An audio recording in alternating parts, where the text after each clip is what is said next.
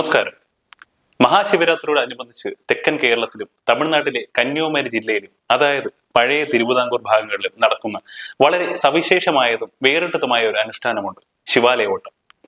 110 kilometre ദൂരമുള്ള 12 ശിവക്ഷേത്രങ്ങളിലേക്ക് ഗോവിന്ദനാമം ജപിച്ചുകൊണ്ടുള്ള ഒരു ഓട്ടം. എന്താണ് ഈ ചടങ്ങിന് പിന്നിലെ രഹസ്യം? എന്താണ് ഇതിന്റെ ഐതിഹ്യം? നമുക്ക് നോക്കാം.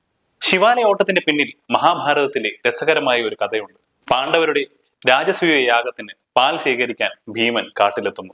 അവിടെ കടുത്ത ശിവഭക്തനായ വ്യാഘ്രപാതൻ അഥവാ പുരുഷമൃഗത്തെ ഭീമൻ കാണാനിടയായി.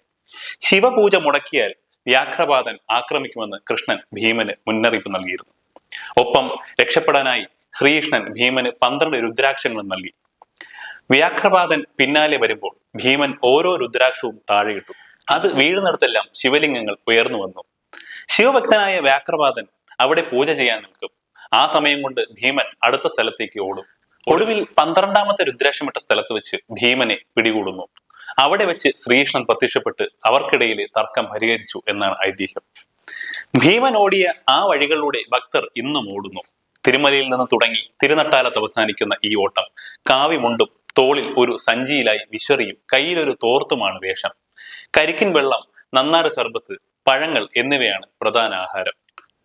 ഇവിടെ ശ്രദ്ധേയമായ ഒരു കാര്യം എന്തെന്നാൽ, ശിവക്ഷേത്രങ്ങളിലേക്കാണ് ഓടുന്നെങ്കിലും ഭക്തർ ജപിക്കുന്നത് ഗോവിന്ദ ഗോപാല എന്ന വിഷ്ണുനാമമാണ്. ഹരിയും ഹരനും ഒന്നാണെന്ന വലിയ സന്ദേശമാണ് ഈ ആചാരം നൽകുന്നത്. അവസാന ക്ഷേത്രമായ തിരുനട്ടാലത്ത് ശങ്കരനാരായണ പ്രതിഷ്ഠയാണ് ഉള്ളത് എന്നതും ഒരു പ്രത്യേകതയാണ്. ഇനി ആ 12 ക്ഷേത്രങ്ങൾ ഏതൊക്കെയാണ് നമുക്ക് നോക്കാം. തിരുമല, ഇവിടെ നിന്നാണ് തുടക്കം. തിക്കുറിച്ചി, തൃപ്പരപ്പ്, തിരുനന്ദിക്കര, പൊന്മന, പന്നിപ്പാകം, കൽക്കുളം, മേലാങ്കോട്, തിരുവിടാങ്കോട്, തിരുവിതാംകൂട്, തൃപ്പന്നിക്കോട്, തിരുനട്ടാലം ശങ്കരനാരായണ ക്ഷേത്രത്തിലാണ് ഈ ഓട്ടം അവസാനിക്കുന്നത്. പണ്ട് ഓടിയായിരുന്നു ഭക്തർ പോയിരുന്നതെങ്കിൽ ഇന്ന് പലരും വാഹനങ്ങളെയാണ് ആശ്രയിക്കുന്നത്.